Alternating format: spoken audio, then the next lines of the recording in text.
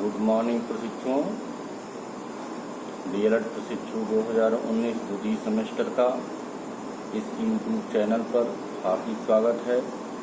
प्रशिक्षुओं, जैसा कि हम पिछले दिनों सूफी आंदोलन के बारे में चर्चा किए थे,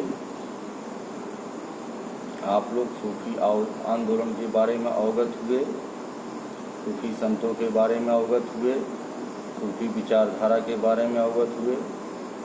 अब आप लोग भारत में भक्ति आंदोलन के बारे में अवगत होंगे। मध्यकाल में भक्ति आंदोलन के सूत्रपात एवं प्रचार प्रसार के महत्वपूर्ण कारण निम्नलिखित हैं। मुस्लिम शासकों के बर्बर शासन से कुंठित एवं उसके अत्याचारों से त्रस्त हिंदू जनता ने ईश्वर को शरण में अपने को अधिक सुरक्षित महसूस कर ईश्वर की शरण में अपने को अधिक सुरक्षित महसूस कर भक्ति मार्ग का सहारा लिया। हिंदू एवं मुस्लिम जनता के आपस में सामाजिक एवं सांस्कृतिक संपर्क से दोनों के मध्य सद्भाव, सहानुभूति एवं सहयोग की भावना का विकास हुआ। इस कारण से भी भक्ति आंदोलन के विकास में सहयोग मिला। सूफी संतों की उदार एवं सहिष्णुता की भावना तथा एकेश्वरवाद में उनकी प्रबल निष्ठा ने हिंदुओं को प्रभावित किया, जिस कारण से हिंदू इस्लाम के सिद्धांतों के निकट संपर्क में आए। इन सब का प्रभाव भक्ति आंदोलन पर गहरा पड़ा। हिंदुओं ने सूफियों की तरह एकेश्वरवाद में विश्वास करते हुए ऊंच नीची एवं जात पात का घोर विरोध किया। शंकराचार्य का ज्ञान मार्ग व अद्वैतवाद अब साधारण जनता के लिए बोधगम्य नहीं रह गया। मुस्लिम शासकों द्वारा आए दिन मूर्तियों एवं मंदिरों को नष्ट एवं अपवित्र कर देने के कारण बिना मूर्ति एवं मंदिर के ईश्वर की आराधना के प्रति लोगों का झुकाव बढ़ा, जिसके लिए उन्हें भक्ति मार्ग का सहारा लेना पड़ा। मध्यकाल में भक्ति आंदोलन की शुरुआत सर्वप्रथम दक्षिण के आलवार भक्तों द्वारा की गई। दक्षिण भारत से उत्तर भारत में 12वीं शताब्दी के प्रारंभ में रामानंद द्वारा यह आंदोलन लाया गया। भक्ति आंदोलन का महत्वपूर्ण उद्देश्य था हिंदू धर्म एवं समाज में सुधार तथा इस्लाम एवं हिंदू धर्म में समन्वय स्थापित करना। अपने उद्देश्यों में यह आंदोलन काफी सफल रहा। शंकराचार्य के अद्वैतवाद के विरोध में दक्षिण में वैष्णव संतों द्वारा 4 मतों की स्थापना की गई थी, जो निम्नलिखित है। विशिष्टाद्वैतवाद की स्थापना 12वीं शताब्दी में रामानुजाचार्य ने किया। द्वैतवाद की स्थापना 13वीं शताब्दी में मध्वाचार्य ने किया। शुद्धाद्वैतवाद की स्थापना 13वीं शताब्दी में विष्णु स्वामी ने किया। द्वैताद्वैतवाद की स्थापना 13वीं सदी में निम्बार्काचार्य ने की। इन संतों ने भक्ति मार्ग को ईश्वर प्राप्ति का साधन मानते हुए ज्ञान और भक्ति में समन्वय स्थापित करने का प्रयास किया। इन संतों की प्रवृत्ति सगुण भक्ति की थी। इन्होंने राम, कृष्ण, शिव, हरि आदि के रूप में आध्यात्मिक व्याख्याएं प्रस्तुत की। 14वीं एवं 15वीं शताब्दी में भक्ति आंदोलन का नेतृत्व कबीर दास के हाथों में था।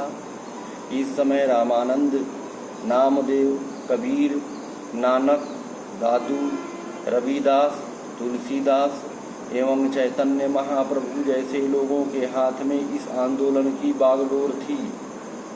रामानंद भक्ति आंदोलन को दक्षिण से उत्तर में लाने का श्रेय रामानंद ने दिया।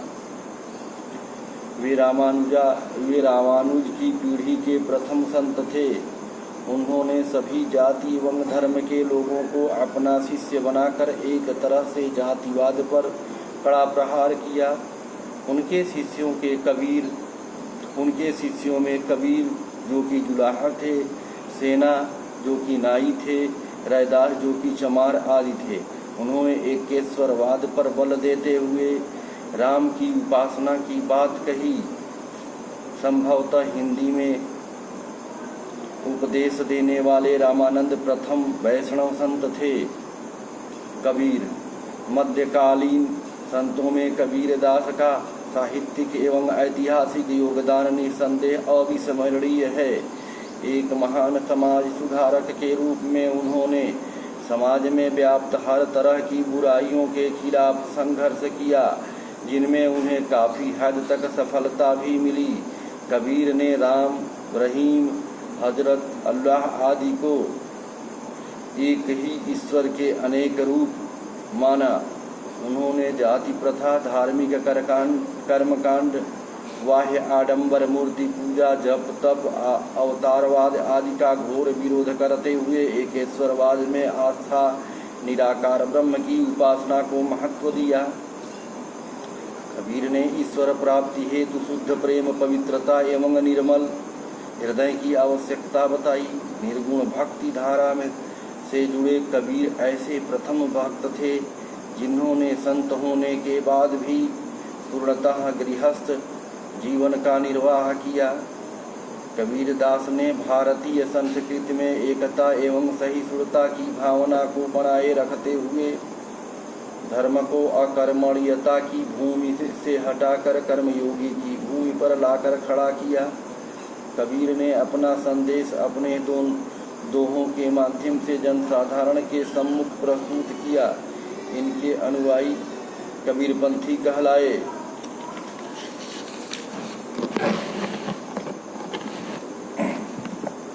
गुरु नानक कबीर के बाद तत्कालीन समाज को प्रभावित करने वालों में नानक का महत्वपूर्ण स्थान है। उन्होंने बिना किसी वर्ग पर आघात किए ही उसके अंदर छिपे कुसंस्कारों को नष्ट करने का प्रयास किया। उन्होंने धर्म के बाह्य आडंबर, जात पात, छुआछूत, ऊंच नीच, उपवास, मूर्ति पूजा, अंधविश्वास, बहुदेववाद आदि की आलोचना की। हिंदू मुस्लिम एकता, सच्ची ईश्वर भक्ति एवं सच्चरित्रता पर विशेष बल दिया। उनका दृष्टिकोण विशाल मानवतावादी था। उनके उपदेशों को सिख पंथ के पवित्र ग्रंथ गुरु ग्रंथ साहब में संकलित किया गया। नामदेव सगुण ब्रह्म के उपासक नामदेव ने मोक्ष प्राप्ति के लिए भक्ति के मार्ग को बताया। चैतन्य बंगाल में भक्ति आंदोलन के प्रवर्तक चैतन्य ने सगुण भक्ति मार्ग का अनुसरण करते हुए कृष्ण भक्ति पर विशेष बल दिया। अन्य संतों की तरह चैतन्य ने भी जात पात एवं अनावश्यक धार्मिक कुरीतियों का विरोध किया। चैतन्य ने मूर्ति पूजा, अवतारवाद व कीर्तन उपासना आदि को महत्व दिया। चैतन्य के अनुसार प्रेम तथा भक्ति, नृत्य एवं संगीत, लीला एवं कीर्तन से सगुण ब्रह्म का साक्षात्कार किया जा सकता है। उनके दार्शनिक सिद्धांत अचिंत्य भेदवाद के नाम से जाना जाता है। चैतन्य का प्रभाव बंगाल के अतिरिक्त बिहार एवं उड़ीसा में भी था। रैदास चमार जाति के थे। वे रामानंद के 12 शिष्यों में एक थे। निर्गुण ब्रह्म के उपासक रैदास ने हिंदू एवं मुसलमानों में कोई भी भेद नहीं माना। उन्होंने रामदासी संप्रदाय की स्थापना की। दादू दयाल अन्य संतों की तरह अंधविश्वास, मूर्ति पूजा, जात पात, तीर्थ यात्रा आदि के विरोधी दादू ने आचरण एवं चरित्र की शुद्धता पर बल दिया। दादू द्वारा स्थापित दादू पंथी एवं भेदभाव मुक्त पंथ हैं। उनके समय में निपख नामक आंदोलन की शुरुआत की गई। सुंदरदास दादू दयाल के शिष्य एक कवि और संत थे। उनका जन्म राजस्थान में वनिया परिवार में हुआ था। उनके विचार सुंदर विलास नामक पुस्तक में मिलते हैं। रामदास जी बनारस में मोची का कार्य करते थे। रायदास जी बनारस में मोची का कार्य करते थे। वे ईश्वर की एकता में विश्वास करते थे, किंतु उन्होंने अवतारवाद का खंडन किया। वीरभान, इनका जन्म पंजाब के नारनौल में के समीप हुआ था। उन्होंने सतनामियों के संप्रदाय की स्थापना की। सतनामियों की धर्म पुस्तक का नाम पोथी है। उन्होंने जातिवाद एवं मूर्ति पूजा का खंडन किया। बहिनाबाई महाराष्ट्र की एक संतनी थी। वह तुकाराम को अपना गुरु मानती थी। आज प्रशिक्षण वहीं तक। अगले दिन हम अगला चैप्टर लेके आएंगे। धन्यवाद।